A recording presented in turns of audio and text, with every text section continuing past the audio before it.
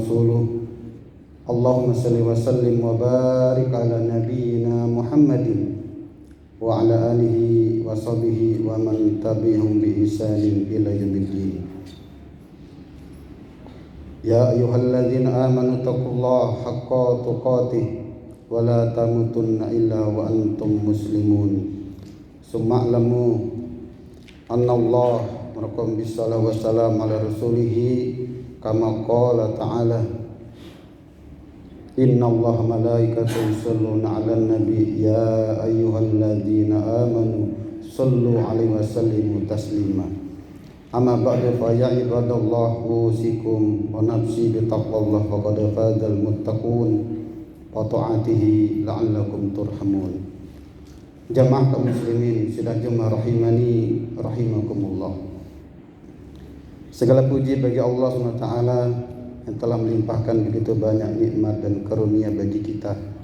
Salah satu nikmat Allah yang pada kesempatan kali ini yakni dengan kita masih diberikan kesempatan untuk menunaikan ibadah sholat Jumat. Baik khusus pada bulan Agustus ini kita kembali diingatkan akan satu momentum penting bagi negara kita, yakni kemerdekaan negara kita. Bertepatan pada kesempatan ini yakni dengan perayaan ataupun momentum Maulid Nabi Muhammad sallallahu alaihi wasallam. Jemaah kaum muslimin sidang jemaah rahimani rahimakumullah. Adalah bahwasanya Allah SWT telah mengingatkan kita bahwasanya hendaknya kita selalu bersyukur atas segala nikmat dan karunia Allah, yakni salah satunya nikmat kemerdekaan. Pertanyaan bagi kita, sudahkah kita merdeka dalam arti yang sebenarnya? Jujur, kalau kita ingin berkata sebagai anak bangsa, rasanya kita mengatakan negeri kita masih jauh dari kata merdeka. Secara khusus belum merdeka dari korupsi. Kejahatan korupsi di negeri kita telah digolongkan sebagai kejahatan luar biasa, extraordinary crime. Kita tahu korupsi di negeri kita tidak pernah henti. Belum lama rasanya kita mendengarkan sebuah berita korupsi terus terjadi lagi dan terus terjadi. Jamaah dimakan Allah Subhanahu wa ta'ala. Kita tahu dampak dari korupsi adalah bahwasanya dari orang yang melakukan korupsi betapa banyak dampaknya, betapa besar akibatnya, yakni betapa banyak hak-haknya orang-orang yang semestinya mendapatkan bahagian, tapi karena dikorupsi maka banyak sekali terutama rakyat yang membutuhkan, orang-orang fakir miskin tidak mendapatkan haknya.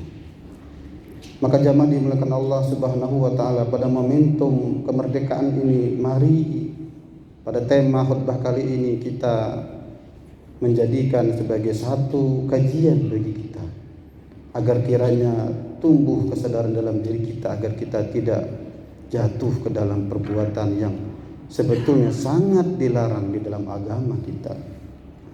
Menarik bagi kita sebelum kita membacakan beberapa ayat yang nanti menjadi larangan bagi orang yang tidak boleh melakukan korupsi. Memang pada dasarnya manusia itu sangat cinta, bahkan tamak kepada harta. Wa tuhibbunal mala hubban jamma, dalam surah Al-Fajr ayat 20. Dan sesungguhnya kalian sangat cinta dengan harta dengan cinta yang sangat berlebihan. Juga disebutkan wa innahu lihubbil khairi lasyadid dalam Al-Adiyat ayat 8. Sesungguhnya dia juga mencintai harta dengan cinta yang sangat berlebihan. Ada hadis dari Nabi yang patut menjadi renungan kita pada kesempatan kali ini, menggambarkan betapa berbahayanya, betapa besar daya rusaknya orang yang tamak dengan harta itu. Mazibani ja'i'ani ursila fi gonan. Tidaklah dua serigala yang lapar dilepas ke tengah kawanan domba, bi afsadalaha min hirsil mar'i 'alal mal wa syaraf bidinihi. Hadis riwayat Tirmizi wa Ahmad dan lain sebagainya. Tidaklah lebih berbahaya ataupun lebih merusak 2 ekor serigala yang sedang lapar dilepas ke tengah kawanan kambing daripada merusaknya seseorang ataupun manusia yang tamak dengan harta dan kedudukan, dan itu sangat merusak agamanya. Jamaah dimakan Allah Subhanahu wa taala, juga ada riwayat dari Nabi yang menyebutkan betapa seandainya manusia telah memiliki satu lembah yang terbuat dari emas, ternyata ia masih mencari, masih menginginkan lembah yang lain. Lau anna li ibni Adam, seandainya anak manusia itu memiliki wadiyan min zahabin, memiliki lembah dari emas, ahabba an yakunal wadiyani, maka dia menginginkan mendapatkan lembah yang berikutnya, dan tidak akan ada satu yang mampu memenuhi anak manusia itu kecuali nanti tanah. Wa man lam ya'u fahu illa turab, dan walam yamla'u fahu illa turab, dan tidak akan penuh mulutnya anak manusia itu kecuali dengan tanah.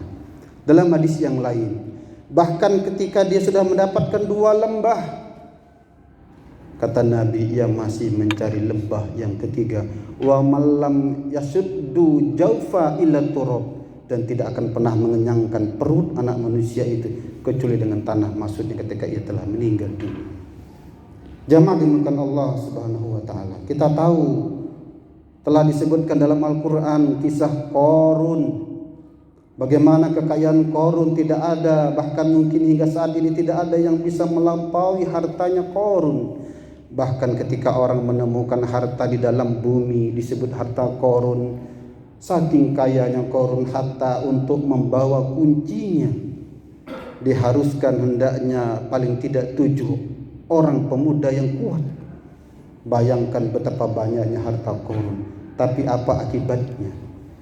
Ia ditenggelamkan bersama hartanya ataupun rumahnya. Jamaah dimuliakan Allah Subhanahu wa taala. Dalam undang-undang korupsi disebutkan perbuatan melawan hukum untuk memperkaya diri sendiri, orang lain, ataupun korporasi. Ada tambahan dalam undang-undang baru ini, yang itu menyebabkan kerugian negara, keuangan negara ataupun perekonomian negara. Secara singkat dalam undang-undang juga disebutkan ada 7 yang dikelompokkan, yang kelompok utama yang digolongkan sebagai korupsi, diantaranya kerugian keuangan negara. Di situ ada pemerasan, ada suap menyuap, ada tindakan curang, ada penggelapan dalam jabatan, ada benturan kepentingan dalam pengadaan, dan terakhir gratifikasi. Saking banyaknya sampai disebutkan ada 30 jenis bentuk korupsi kalau menurut undang-undang tipikor. Jamaah dimuliakan Allah SWT. Bagaimana Al-Quran? Di dalam Al-Quranul Karim Allah SWT telah menjelaskan kepada kita tidak boleh orang mengambil harta orang lain dengan jalan yang batil. Dalam surah An-Nisa ayat 29 Allah Ta'ala berfirman, ya ayyuhalladzina amanu la ta'kulu amwalakum bainakum bil batil illa an takuna tijaratan an tardo, ila ayat. Tidak, orang beriman, tidak boleh kalian memakan harta orang lain dengan jalan yang batil. Ulama menafsirkan jalan yang batil itu adalah jalannya yang tidak dibolehkan di dalam agama. Di antaranya suap menyuap, di antaranya pemerasan, di antaranya penipuan, orang yang mencuri, orang yang merampok, apapun itu. Termasuk orang yang mengurangi timbangan. Juga yang disebutkan dalam surah Al-Baqarah ayat 188 yang hampir sama bunyinya, wala ta'kulu amwalakum bainakum bil batil wa tudlu biha ilal hukam litakulu fariqam min amwalin nas, ila akhir ayat. Tidak boleh memakan harta sesama kalian dengan jalan yang batil. Juga tidak boleh dengan harta itu kalian menyuap di hadapan para hakim untuk memakan harta orang lain dengan jalan dosa, sedangkan kalian mengetahui antum ta'lamun.